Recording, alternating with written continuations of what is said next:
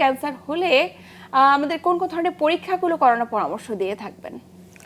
Cancer হলে আমরা সাধারণত প্রথমেই যে পরীক্ষাগুলো করি সেটা হচ্ছে রোগীর পুরোপুরি হিস্ট্রি নেওয়া এবং এক্সামিনেশন করার পরে আমরা যদি ইনভেস্টিগেশনের মধ্যে যাই সেগুলোর মধ্যে আমরা প্রথমে রোগীর একটা রক্ত পরীক্ষা করি, সাধারণ রক্তের পরীক্ষা যেগুলোকে আমরা সিবিসি বলি, এবং এর সাথে ক্যান্সারের উপযোগী যে ধরনের পরীক্ষাগুলো দরকার সেগুলোতে আমরা যাওয়ার পরামর্শ দিই। যেমন কারো যদি ব্রেস্ট ক্যান্সার হয় তার জন্য এক ধরনের পরীক্ষা, আবার কারো যদি পাকস্থলী ক্যান্সার হয় তার জন্য আরেক ধরনের পরীক্ষা, কারো যদি রক্তরোগ হয় বা ব্লাড ক্যান্সার নামে আমরা যেগুলো জানি রক্তরোগের বা রক্তের ক্যান্সার, সেটার জন্য ভিন্ন ধরনের পরীক্ষা। তো এই ধরনের আসলে পরীক্ষাগুলো কোনোটাই নির্দিষ্ট না, প্রতিটাই হচ্ছে অঙ্গভিত্তিক। কোন অঙ্গের ক্যান্সার তার উপর তার কী ধরনের সাইন সিমটম রয়েছে সেগুলোর উপর ভিত্তি করে পরীক্ষা নিরীক্ষাগুলো আমরা অর্ডার দিয়ে থাকি এভাবে সাধারণত। যেমন উদাহরণস্বরূপ আমরা বলতে পারি যে ব্রেস্ট ক্যান্সারের জন্য আমরা যে কমনলি পরীক্ষাগুলো ব্যবহার করে থাকি তার মধ্যে রয়েছে ব্রেস্টের একটা আলট্রাসোনোগ্রাম করা, তারপর ম্যামোগ্রাম করা। এছাড়া তার রোগ যদি আরেকটু বেড়ে থাকে, আরেকটু অ্যাডভান্স পর্যায়ে চলে যায়, আরেকটু বড় হয়ে থাকে টিউমার, আমরা যদি অনুমান করি সেটা যদি আরও কোথাও ছড়িয়ে পড়েছে, তাহলে এরপরে আমরা সেখান থেকেও সংশ্লিষ্ট পরীক্ষাগুলো করতে পারি। এবং ব্রেস্ট ক্যান্সার যেখানে রয়েছে সেখান থেকে আমরা বায়োপসি অবশ্যই আমাদেরকে করতে হবে। এইগুলো আমরা মানে এটা ডিপেন্ড করে ক্যান্সারটি শরীরের কোন জায়গায়। জি, একেবারে। যদি সেটি রক্তের ক্যান্সার হয় সেই অনুযায়ী চিকিৎসা, সেই অনুসারে না বায়োপসি করে না, কিন্তু ওটার জন্য অনেক ধরনের যদি শরীরের অন্যান্য কোনো অর্গানে ক্যান্সার হয়ে থাকে সেক্ষেত্রে বায়োপসি করার বিষয় বায়োপসি করা যেতে পারে। এবং সেক্ষেত্রে বায়োপসিরও বিভিন্ন ধরনের পদ্ধতি রয়েছে। একেবারে শর্টে বায়োপসি করা যায় যেগুলোকে আমরা বলি কোর বায়োপসি, আবার কখনো একটু কেটে করতে হয় বায়োপসি, একদম ইনসিশন বায়োপসি বলে, কখনো এক্সিশন বায়োপসি বলে। এই বায়োপসিরও নানা ধরনের প্রকারভেদ আছে।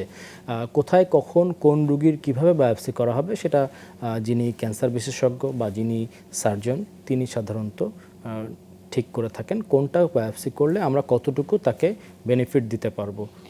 কিন্তু স্যার আমাদের দেশের প্রেক্ষাপটে অধিকাংশ রোগীরাই প্রাথমিক অবস্থায় চিকিৎসকের শরণাপন্ন হতে পারেন না। দীর্ঘ সময় তারা নানা জায়গায় ঘুরে ফিরে অথবা উপসর্গগুলো প্রাথমিক অবস্থায় অবহেলা করে তারা একটি সাডেন পিরিয়ডে গিয়ে আপনাদের শরণাপন্ন হচ্ছেন, এবং তারা অনেক ক্ষেত্রে বুঝে উঠতে পারেন না যে কোন বিশেষজ্ঞের শরণাপন্ন হবেন। তো প্রাথমিক অবস্থায় যেহেতু কোনো উপসর্গ তেমন করে কোনো প্রকাশ করছে না, আমার শরীরের ওজন যে কোনো সময় আমার এমনিও কমে যেতে পারে, তো এটাকে তো গুরুত্ব অনেকে দিতে চান না। তো কারা আসলে বিশেষজ্ঞ চিকিৎসকের কাছে গিয়ে বারবার পরীক্ষা করাবেন কিংবা স্ক্রিনিং এ থাকবেন?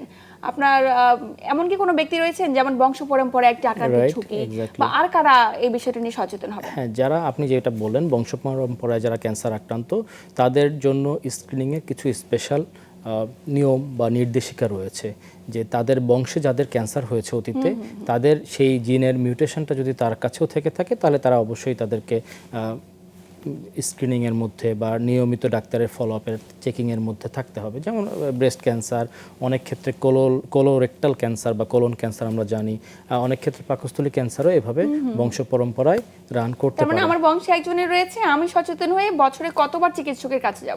এটা মিনিমাম একবার গেলেই যথেষ্ট। তবে প্রযোজ্য যে ওই বংশের ওই জিনটা তার শরীরে মিউটেটেড আছে কিনা। যদি জিন মিউটেটেড না থাকে তাহলে তার ক্যান্সার যে হবে না তা না, অন্যভাবে হতে পারে, কিন্তু বংশগতিক কারণে জেনেটিক্সের কারণে তার আর ক্যান্সার হচ্ছে না, সেটা অন্যভাবে হতে পারে, সেটা অন্য বিষয়, যেটা পরিবেশগত কারণে যেরকম ক্যান্সার হতে পারে। এটা গেল একটা বিষয়। আর এছাড়া যারা কিছু স্পেশাল পরিবেশগত কারণে ঝুঁকির মধ্যে রয়েছে ক্যান্সারের, তাদেরকে অবশ্যই বছরে একবার বা দুবার মিনিমাম তাদের সেই অঙ্গগুলোর স্ক্রিনিংয়ের জন্য ডাক্তারের কাছে যাওয়া যেতে পারে। যেমন যারা মাঠে কাজ করেন, কীটনাশক রিলেটেড ব্যাপার স্যাপার, কেমিক্যাল হ্যান্ডলিং করেন যারা, তাদেরকে অবশ্যই বছরে মিনিমাম একবার করে ডাক্তারের কাছে শরণাপন্ন হওয়া উচিত, যাতে করে তারা এই কীটনাশক কেমিক্যালস রিলেটেড যে ক্যান্সারের ঝুঁকি রয়েছে যেগুলোর কারণে সেগুলো যেন তারা দূরে রাখতে পারেন বা সেগুলো যেন আর্লি ডিটেকশন করা সম্ভব হয়।